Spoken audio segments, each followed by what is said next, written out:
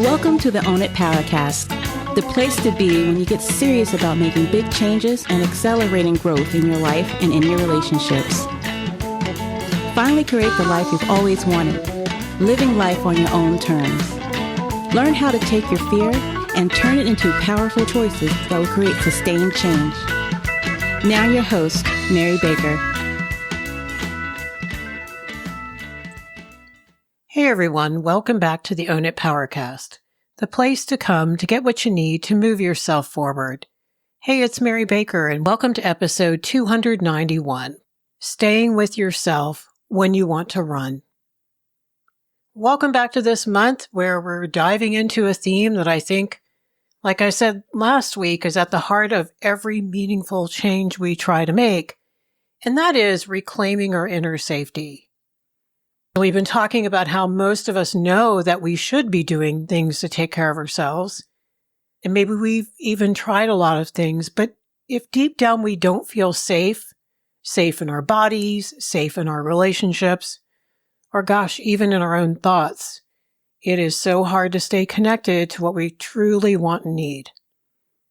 And I want to repeat that if we've lived through any trauma, if we've had chronic stress, or just environments where our feelings weren't welcome, we learned how to disconnect and we learn how to go into survival mode.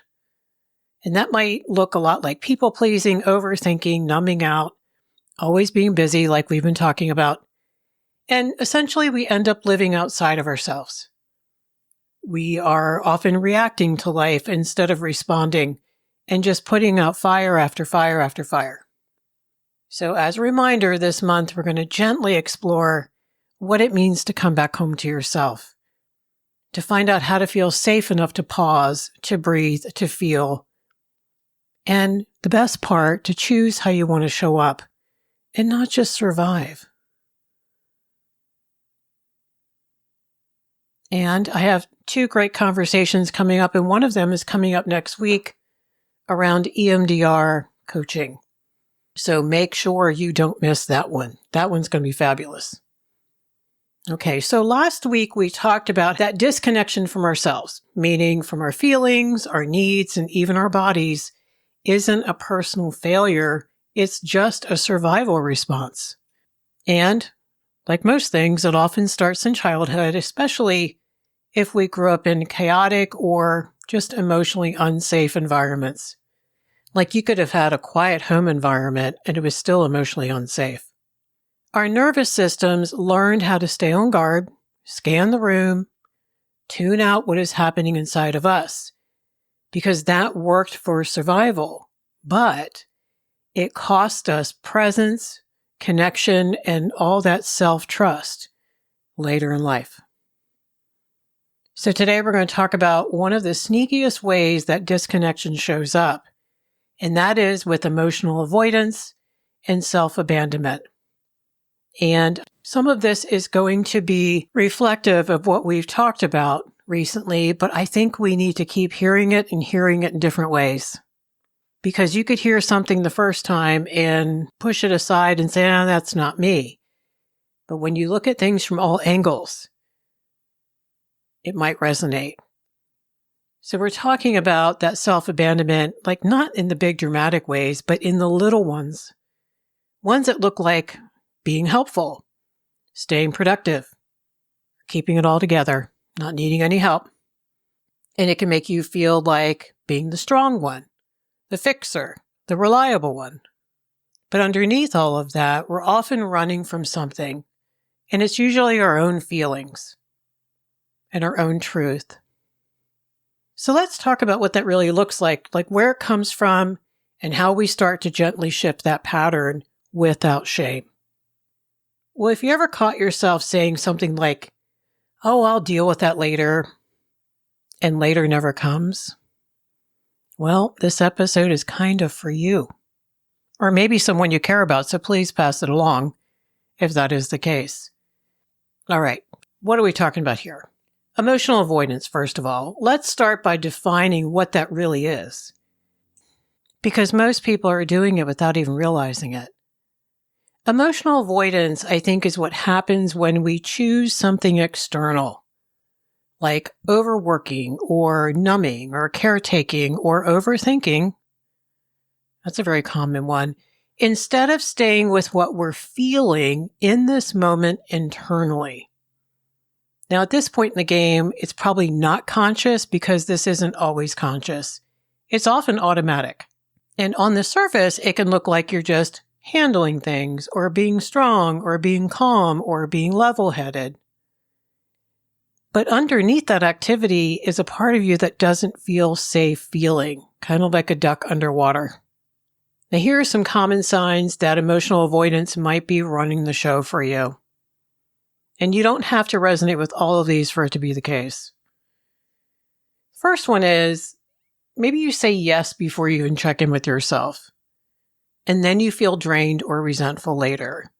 The insta yes, the automatic yes, before you even check with yourself to see, and you know I've gone at this before, and I'll go at it again, to check to see if you even have time for that. Do you even want to do that?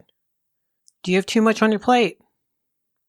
Do you have conflicted feelings about it? Do you even know if you want to do that? If you can't answer a definite yes to all of those with a why, like bring the receipts and give the evidence, then you might be just compulsively saying yes without connecting or reconnecting to your real self. Another sign of emotional avoidance is you offer help to someone even when you're already overwhelmed. And again, you do this instantly. It's like you have like a memory lapse of the 52 things you already had on your plate today, or that you're just even emotionally overwhelmed. Like a lot of clients get stuck having to justify this, especially the overfunctioners. They're like, Mary, but I don't really have all that much going on this week. And I'm like, yeah, but you just went through A, B, and C and you're still healing. Or you finally took a day off. And now all of a sudden you've allowed it to be hijacked because people need your help. Another sign you might be emotionally avoiding is you jump in to fix someone else's emotions instead of noticing how you feel about what's happening. There's that detachment piece. What's about them is separate from what's about you. And a lot of times people can bring stuff to us that makes us feel really uncomfortable, usually because we have never let ourselves do that, like maybe some really heavy grief stuff, some scary stuff, some big realities. And so instead of allowing them to sit in it and then also separately recognize what that's doing inside of us, we go fix their feelings like, oh, it'll be okay, it'll be all right. You'll be fine. We go right to trying to fix it. Find a solution, tell them to feel better, to stop them from falling apart, basically. We have to fix their feelings because we can't deal with ours. You know you struggle with emotional avoidance when something uncomfortable comes up, and instead of sitting in it, and then maybe even processing the real stuff with someone safe, you find yourself numbing out with like TV or food or endless scrolling. You jump into a brand spanking new project to pile on the other 5 that you have going on. You start future tripping. You start buying stuff you don't need, getting into other people's business. There's a million creative ways to numb out. I don't think people will run out of options. Another sign of emotional avoidance is instead of sitting with the sadness or the overwhelming fear or the healthy anger, here we go, you start explaining it or justifying it. You try to talk your way out of feeling, literally. You immediately jump over the entire process of sitting in it and kicking and screaming, emotionally grief work, right? And you're like, it's okay. They didn't mean it. Or it's okay. Life is like this sometimes. It is what it is. Like just jumping over your whole entire process. And like we'll talk about today, these aren't bad habits. These are coping mechanisms. They're there for a reason. They're there for very good reasons because they once helped you avoid shame, probably conflict, maybe rejection. or being a little kid and feeling so emotionally overwhelmed by what was going down. Like your little psyche couldn't metabolize that. And you didn't have healthy grown-ups around you to do that. In fact, they were usually the emotional perpetrators, right? So how could they? And these things made sense when you were younger. You didn't have the tools, you didn't have the support, and it wasn't safe to do anything different. But today, we know these same patterns probably are keeping you disconnected from your own truth. And the first step back, I think, is just recognizing them for what they are. They're not flaws, but they're signals. They're showing you what might be happening deep down on the inside and where you might need to do some healing. So let's talk about the cost of abandoning ourselves, because that's essentially what we're doing. We're abandoning what we feel, what's going on in our body, what we need, what we might secretly believe. Emotional avoidance is one of the most common yet the least recognized ways that we disconnect from ourselves and abandon ourselves. And it means we find ways, like we just talked about, to stay away from what we're feeling, not because we're lazy or we're broken, but because at some point feeling our emotions didn't feel safe. So we learn to focus outward instead of inward, and we manage, we fix, we numb, we explain, and we overfunction our way around that discomfort. Did you hear that? We overfunction our way around the discomfort. And what's tricky, I think, is that emotional avoidance doesn't look like avoidance. It often looks like being responsible, being dependable, being helpful, and as my clients argue with me all the time, even successful, very successful sometimes. But here's the thing, underneath all of that, sometimes great activity, we can be trying to outrun something inside of us. And we've been talking about ways that you can do that, saying yes too quickly. And do you notice you feel drained or resentful and wonder why? And it wasn't the request. It was that you abandoned your own inner boundary in the moment. And when you offered help when you were already overwhelmed, you didn't really want to. You just did it because it felt too uncomfortable not to. Maybe you were afraid of being seen as selfish, or you just don't know how to tolerate someone else's disappointment. I hear that all the time from people. And that poor person just has yet, because we can work on this, to learn healthy boundaries to separate them from others. So these are the things that you learn to do to feel safe, accepted, or in control when your emotional world felt too big. Or when others, maybe over the years, made you feel like your emotions were too much. Very selfish, narcissistic people will do that. And what you did in turn is you decided just to stuff those feelings or disconnect from them because it was not a good thing to get in touch with them and put them on display. But we don't get rid of these patterns by judging them. You know, I said things in a few different ways today, so hopefully they could sink in for you. And know that you only shift them by noticing them. I think bringing lots of compassion and understanding to them, and then finding new ways to stay with yourself instead of running. And I want to stop here and say, this takes time. This is a process. You cannot do this work alone. Not all of it. I mean, some of it, and we'll talk about some little things you can do in a moment. Yeah, you have to stop yourself and say, what's going on? What am I feeling?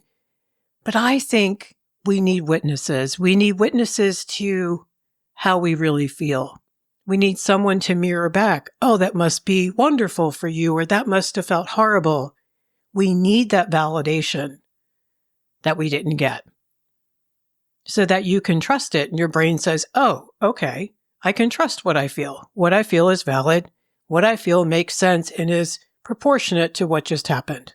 That kind of thing. And that is why groups, you hear me preach all the time, a healthy support group or a coaching group is the best way to do this, because you get people who have no other objective but to mirror back your truth, and they see the real you when you're vulnerable. And that is the family dynamic maybe you didn't have. You didn't have the family at the dinner table to mirror back that you're not crazy and what you feel makes sense and what you feel is okay.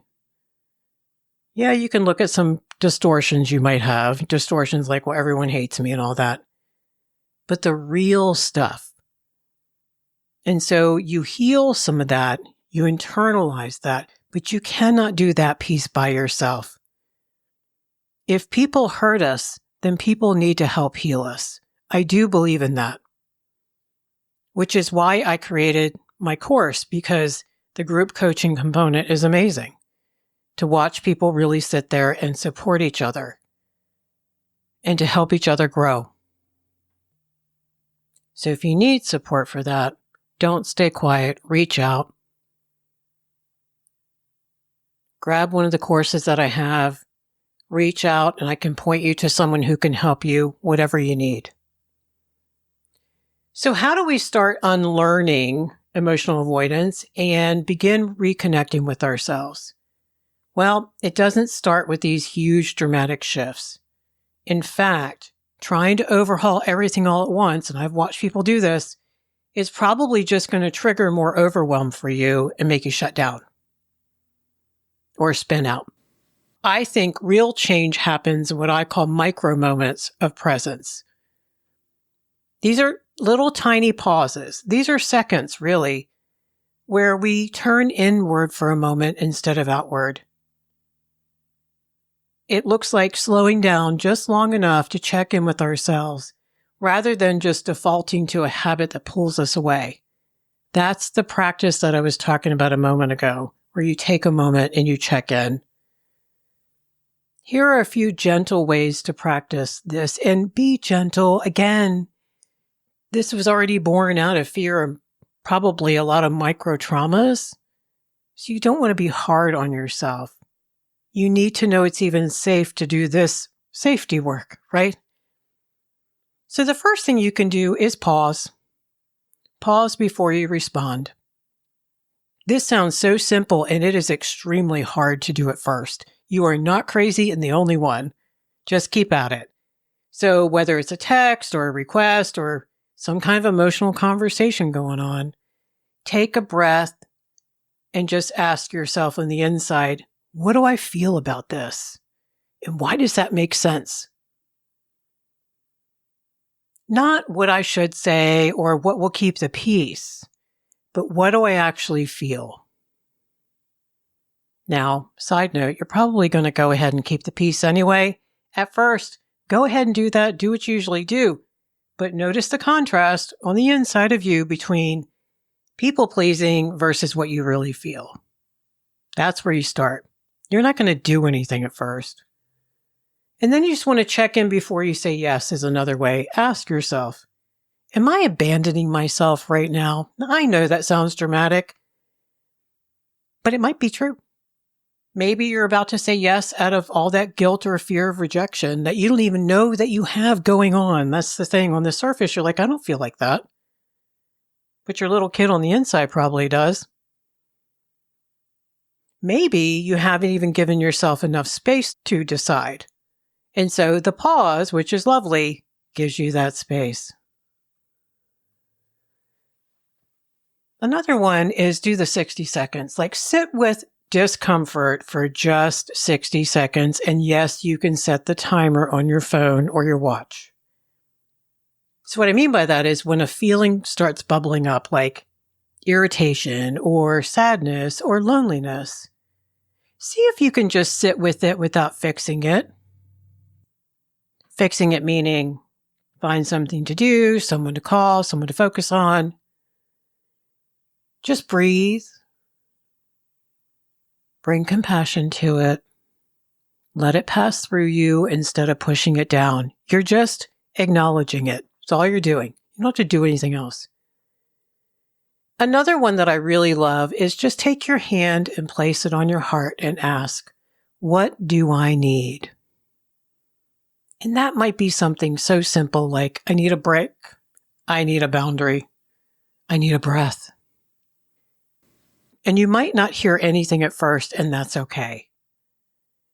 The act of asking is how we rebuild trust with ourselves.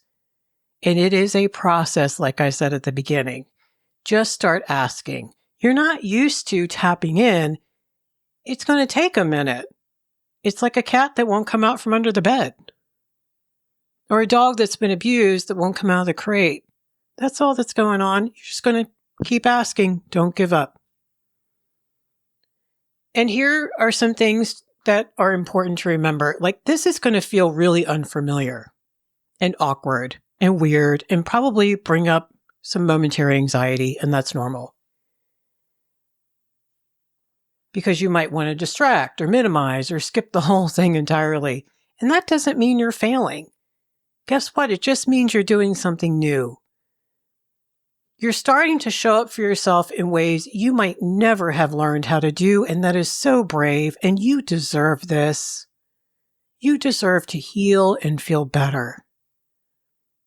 So, we're talking about exploring the quiet, often invisible ways we abandon ourselves.